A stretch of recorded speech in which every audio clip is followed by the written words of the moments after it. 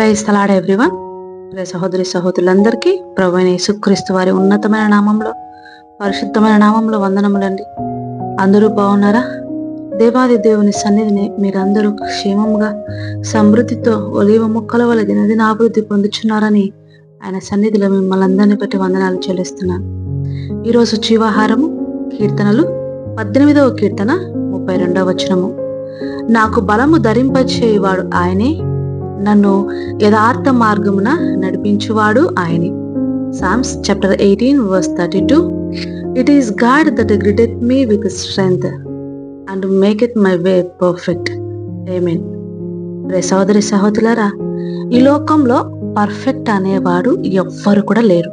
ఏ మనిషి కూడా పర్ఫెక్ట్ కాదు. అయితే ఎప్పుడైతే మనము పర్ఫెక్ట్ అయిన వ్యక్తిని ఆశ్రయిస్తామో అప్పుడు మన జీవితం కూడా మార్చబడుతుంది. ఈ లోకంలో పర్ఫెక్ట్గా ఉన్నది ఎవరంటే యేసుక్రీస్తు ప్రభువారు మాత్రమే. ఆయన మాత్రమే పరిపూర్ణుడు.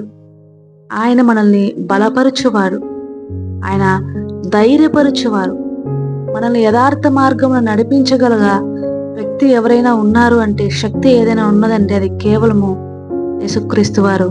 పరిశుద్ధాత్మ సహాయంతో మనల్ని ఎప్పుడు కూడా యథార్థ మార్గంన నడిపించేవాడు. దావీదు గారు అంటున్నారు కదా, ఆయన సామర్థ్యము కాదు, నా సామర్థ్యం కాదు ప్రభువా, నేను ఎక్కలేను, కానీ నువ్వు నాకు తోడు ఉంటే చాలు, నా కాళ్ళను జింక కాళ్ళ వలె చేదువు, ఎత్తైన స్థలముల మీద నన్ను నిలబెడతావు. ఇంకో చోట అంటారు కదా, ప్రభువా నేను ఎక్కలేనంత ఎత్తైన కొండకు నన్ను నడిపించు. మనం ఎక్కలేము, మన వల్ల కాదు, కానీ ఆయన నడిపిస్తే మనము ఎక్కుతాం. ఎందుకంటే ఆయన గొర్రెల మంచి కాపరి కనుక ప్రతి చోట మనల్ని చక్కని మార్గంలో, తిన్నని మార్గంలో నడిపించి పచ్చిక బయల్లో మనల్ని మేపి మనకు విశ్రాంతిని దయచేవాడు. ఆయన మన చేతులకు యుద్ధము చేయ నేర్పువాడు. నా బాహువుకు ఇత్తడి విల్లు ఎక్కుపెట్టును, నీ రక్షణ కేడము నీవు నాకు అందించుచున్నావు, నీ కుడి చేయి నన్ను ఆదుకునెను, నీ సాత్వికము నన్ను గొప్ప చేసెను, నా పాదములకు చోటు విశాలపరిచితివి, నా చీలమండలము బెనకలేదు అంటున్నారు ఆ కింది వచనములు. ప్రతి విషయంలోనూ దేవుని యొక్క రక్షణను చూసిన వాడే, రక్షణ యందు ఆనందించుచు దేవుని యొక్క చేతి సహాయం అనుభవించిన వాడిగా ఆయన ఇక్కడ సాక్ష్యం చెప్తున్నారు. ఆయన కుడి చేయి మనల్ని కౌగలించుకుంటుంది, మనల్ని ఆయన ఎప్పుడు ఆదరించేవాడై ఉంటున్నారు. పాదములకు త్రొట్టుపాటు కలగకుండా, నీ పాదములు త్రొట్టిల్లకుండా, నీ పాదములకు నిలవబడటకు సరి అయిన స్థలమును విశాలపరిచే దేవుడు. నేను నీ శత్రువుల ముందున పడిపోనివ్వడు. వారి యొక్క బలమంతటి మీద మీకు అధికారము దయచేసి దేవుడు తన నామాన్ని ఆయన మహిమపరుచుకుంటారు, ఘనపరుచుకుంటారు. ప్రతి విషయంలోనూ దేవాది దేవుని సహాయం చూచువారిగా ఉన్నట్లుగా దేవుడు మీ నేత్రములు తెరుగును గాక. మనుషుల యొక్క మార్గములు ఎప్పుడు కూడా తిన్నని మార్గములుగా ఉండవండి, వంకర మార్గములు అవి. మనిషి యొక్క జ్ఞానము ఎప్పుడు దేవుని దృష్టికి వెరితనమే. మన యొక్క ప్రణాళికలు, మన యొక్క ఆశలు ఏవి కూడా ఈ లోకంలో మంచివి కావు. మనము ప్రతి విషయం ముందును దేవుని చిత్తానికి మనల్ని మనం సబ్మిట్ చేసుకోవాలి. మనం ఏం చేస్తామంటే మన యొక్క కోరికల చిట్టానంతా దేవుడి దగ్గర విప్పేస్తాం, ఆయన పాదాల దగ్గర పెట్టి, ఇది నా కోరికల చిట్టా, నీవు దీన్ని నెరవేర్చవలసిందే అని ప్రార్థిస్తూనే ఉంటాం. కానీ అటువంటి ప్రార్థనలకు ఎప్పుడు కూడా రిప్లై అవ్వదు. ఎప్పుడైతే ప్రభువా నేను అసమర్థుణ్ణి, నేను పర్ఫెక్ట్ కాదు, కేవలము నా ఆలోచనలు కూడా పర్ఫెక్ట్ అయినవి కావు, నా జీవితానికి సరిపడేవి కాదు, ప్రభువా మీరు మాత్రమే పరిపూర్ణులు, మీరు యథార్థ మార్గంలో నన్ను నడిపించండి, మీ యొక్క ప్రణాళికలో, మీ యొక్క చిత్తంలో నా జీవితాన్ని నడిపించాలని ఆయన చిత్తానికి మమ్మల్ని మనం సబ్మిట్ చేసుకున్నట్లయితే అప్పుడు ఆయన యొక్క కార్యాలు మన జీవితంలో చూడగలుగుతామండి. అప్పుడైనా బలమును మన జీవితంలో అనుభవించగలుగుతాం. దేవుడు ఏ విధంగా నేను నిలవబెట్టి ఆయన బలముగా ఆయన కొరకు వాడుకుని మహిమ పొందుకుంటాడో మీ కనులకు మీరే ఆశ్చర్యముగా కనిపించే రోజు ఒకటి దేవుడు తగిన సమయమందు మీకు దయచేవాడై ఉంటున్నారు. కావలసినంతా ఒకటే, ఆ తగిన సమయం వరకు ఆయన సన్నిధిని దీన మనసు కలిగి ఆయన బలిష్టమైన చేతి కింద ఉండడమే. అలా ఉన్నవారిని దేవుడు ఎప్పటికీ వదలడు, ఎప్పటికీ నిన్ను అవమానాల పాలు చేయడు. ఒకరికంటే పైగా నిన్ను ఉంచుతాడు. నీ చెయ్యి ఎప్పుడు పైనే ఉంటుంది. నువ్వు కిందివాడిగా ఉండవు. నువ్వు అప్పిచ్చువాడిగా ఉంటావు, అప్పు చేయవాడిగా ఉండవు. నువ్వు తలగా ఉంటావు, నువ్వు తోకగా ఉండవు. ఇలాంటి ఆశీర్వాదపు వాగ్దానములన్నీ, వచనములన్నీ మీ జీవితంలో నెరవేరుతాయి. ఎంతకాలము దావీదు గారు ఓర్పు పట్టవలసి వచ్చిందండి. సమూయేలు ప్రవక్త చేత అభిషేకం పొందిన తర్వాత కూడా 20 సంవత్సరములు ఆయన సింహాసనం కొరకు వేచి ఉండవలసి వచ్చింది. అయినప్పటికీ దేవుడిచ్చిన వాగ్దానము గట్టిగా పట్టుకున్నాడు. ఎక్కడ విశ్వాసంను కోల్పోలేదు. ఎక్కడ కూడా తన యొక్క ఆలోచన ప్రకారం డెసిషన్ తీసుకోలేదు.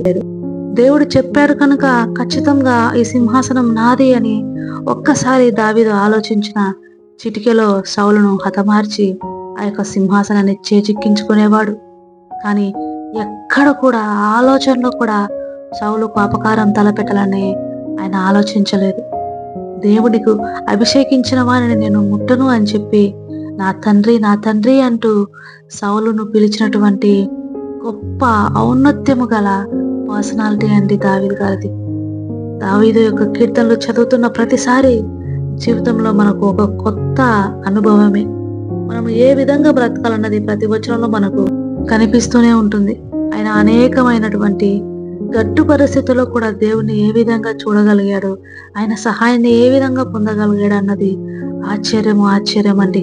అందుకే ఆయన సన్నిధిని యథార్థవంతులుగా ఉన్న వారిని 1000 తరముల వరకు దీవించు దేవుడు.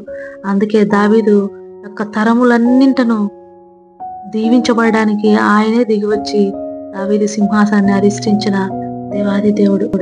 దావీదు యొక్క భక్తికి మెచ్చి ఆయన ఈ భూమి మీద పుట్టినప్పుడు దావీదు కుమారుడా అని పిలిపించుకొనుటకు ఇష్టపడినటువంటి గొప్ప ప్రేమామయుడు మన దేవుడు. అట్టి దేవుడు నీకు నాకుండగా ఈ లోకంలో భయమే లేదు, త్రొట్టుపడవలసిన అవసరమే లేదు. అయ్యో నా జీవితం ఏమవుతుందో, అందరూ సంపాదించేసుకుంటున్నారు, అందరూ పైకి వెళ్తున్నారు, నేను మాత్రం ఎక్కడ వేసిన గొంగలు ఉన్నట్టు అక్కడే ఉంది నా బ్రతుకు అని నీవు అన్యాయపు మార్గంలో అక్రమమైన దారులు తొక్కి సంపాదించి ఈ లోకంలో కూర్చుకోవాల్సిన అవసరం లేనే లేదు. దేవుడు నిన్ను సమృద్ధి గల చోట పెడతారు. ఆయన యొక్క చిత్తంలో బ్రతికి ఆయన పరలోకాన్ని స్వతంత్రించుకొని గొప్ప ధనవంతునిగా ఆయన ఇచ్చు సింహాసనమును, ఆయన ఇచ్చు కిరీటమును పొందుకొని బహళ నమ్మకమైన మంచి దాసురాలా అనిపించుకొనుటకు మీరు నిరీక్షణ కలిగి జీవించండి. దేవుడి వాక్యం మీ హృదయంలో స్థిరపరిచి ఆయన కొరకు మిమ్మల్ని ఫలింపజేసుకొను గాక. కళ్ళు మూసుకొని ప్రార్థనలో ఏకీభవించండి. ప్రార్థన. మహోన్నతుడ, మహాగణుడ, సర్వశక్తిమంతుడ, సర్వాధికారి, మా కాళ్ళను జింక కాళ్ళ వలె చేయువాడా, ఎత్తైన స్థలముల మీద మమ్మను నిలవబెట్టువాడా, మహాకాశములో పట్టజాలని దేవా, ఆకాశమును సింహాసనముగాను భూమిని పాదపీఠముగాను చేసుకుని యుగాయుగములు ఈ లోకమంతటిని ఏలుచున్నవాడా, సార్వభౌమాధికారి, మీకు వందనాల స్తుతులు స్తోత్రములయ్యా. వాక్యం విని ప్రార్థనలో ఏకీభవిస్తున్న ప్రతి బిడ్డ మీ ఉన్నత స్థానమునకు ఎక్కి వచ్చి తండ్రి ఈ సన్నిధిని వారి యొక్క ఆశ్రయము పొందుదురు గాక.